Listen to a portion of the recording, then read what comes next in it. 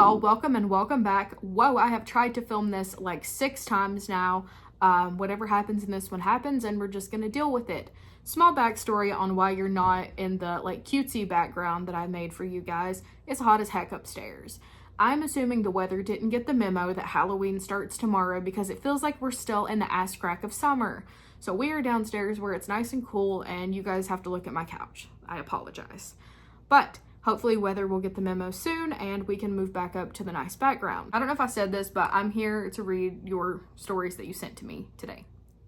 If you have any stories you'd like for me to read, please send them to the email in the description below and put YouTube like in the subject line or somewhere at the beginning so I know.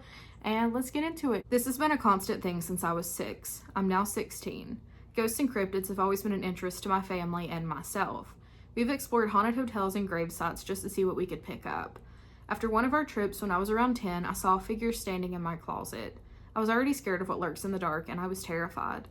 A few months later, we moved across the country. I thought I was rid of the entity, but no. We lived with my grandma for a month or two before securing a house.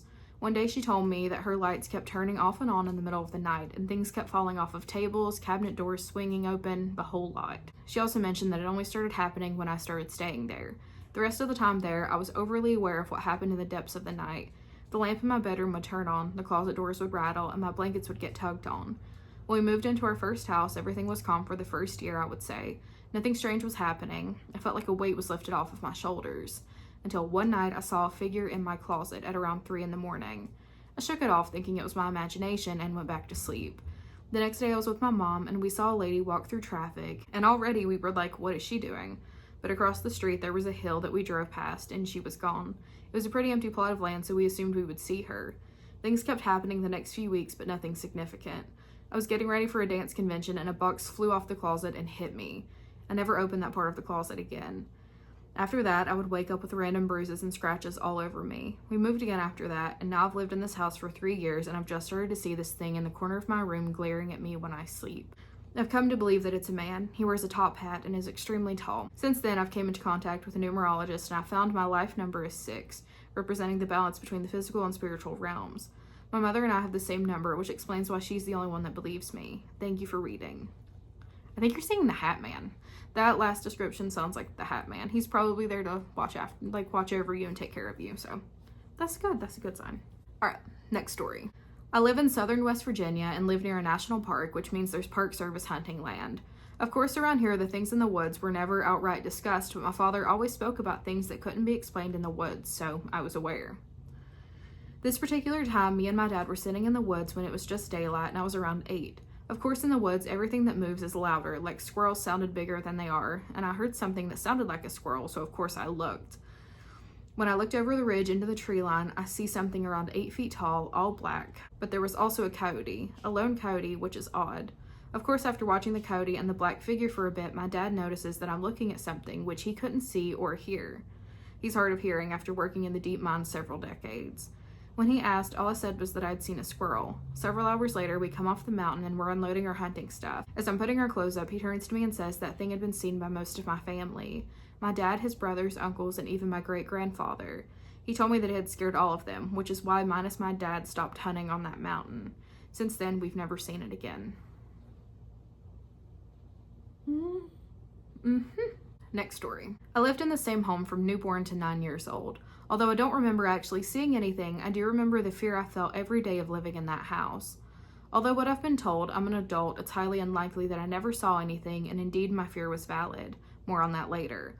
The whole time I lived there, I wouldn't go anywhere alone. To the toilet, upstairs to get a toy, or even to bed.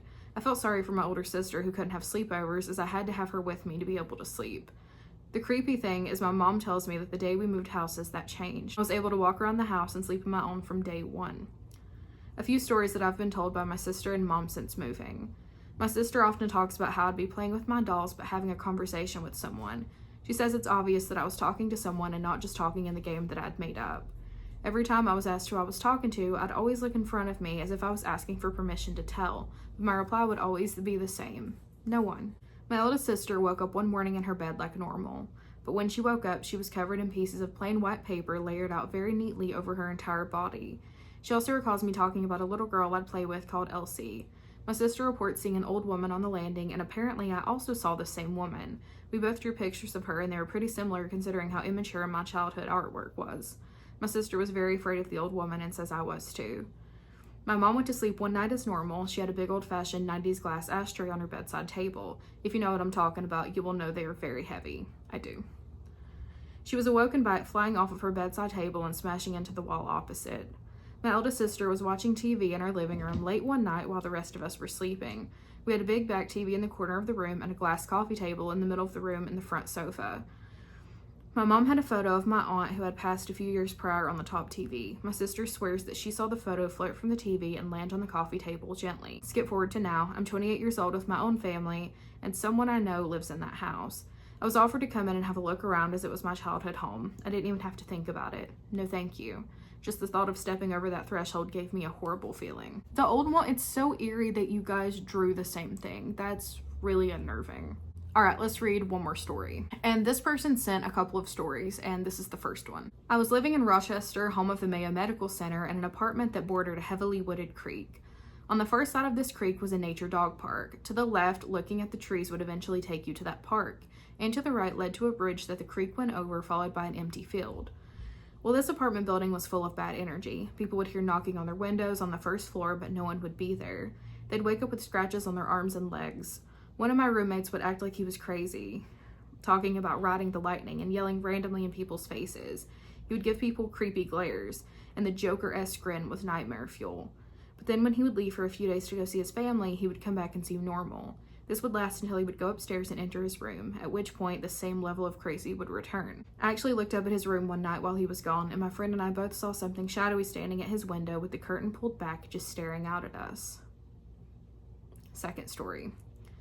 This is the same apartment building, but across the hall from the creepy room in a second apartment. I would frequently hear my cabinets open and then slam shut, but since it didn't do anything else, I ignored it. Then one day I woke up late and my alarm had mysteriously not gone off to the sound of someone yelling my name. I have since confirmed that I was the only person upstairs, and the person who I thought yelled my name said that she had not even been in that building. Now, having just woken up, I obviously had to do the morning routine in the bathroom, but to my shock and horror, my bedroom doorknob had been sheared off in such a way that it was latched. I couldn't open it. Thankfully, I was able to contact my roommate from the last story, who was able to come and use a knife to pop the latch so the door would open. Third story. This is where the wooded area comes into effect. My friend and I would frequently see shadows flitting through the trees at night, and weird little totem-like things hanging from branches and brambles anytime we would go fish in the creek. None of that worried us until one night when we heard what sounded like demonic baying and barking coming from the edge of that wooded area. Anytime we tried to look to see what it was, this was before I knew not to investigate, the sound would move across the bridge towards the field. This was the edge of town, and no one could see in that field from the apartment building, so obviously we weren't going over there at 2 a.m. Yet when we ignored it, the baying and barking would come back towards us, just to move away from when we were again. It was at this point that we were determined something was trying to lead us away from people, and we've had enough, so we went inside. The fourth story. This last one takes place in Alberta Lee, where I now currently live with my fiance. We've had weird noises. Our cat and dog have both seemed to look at things that we couldn't see. I've heard a female talking from the vent to our basement, and when I was the only one home. But the worst thing I've ever had happen was a couple weeks ago. I was walking the dog for the night. It couldn't have been probably right around midnight. Way too late for any kids to be awake, and most of my neighbors had gone to sleep by then too. The entire time I had this feeling like something was around, but I couldn't tell what it was. Being 1/4 native, I could tell and sense when something seemed to be around, but it's rare that I ever saw or heard anything. Well, right as we were finishing up outside, I suddenly hear a blood-chilling scream. It sounded like a young girl, probably 9 or 10, and definitely a contender for a horror movie scream. My dog instantly alerted and started to pull slightly towards the house. He's not real vocal, so there was no growling or barking, but this wasn't normal for him to give up his chance to run around a bit first. So I immediately went inside and locked the door, dropping the blanket we have hanging to block the heat and cold over the door as well. When I mentioned not to go outside and what I heard, my fiancée said she hadn't heard anything, which was odd because of how loud it was. Yep, that'll do it. Well, those were creepy. I'm down here by myself. Ew. Well, thank y'all so much for hanging out with me and letting me tell y'all some stories, and I look forward to doing it again soon.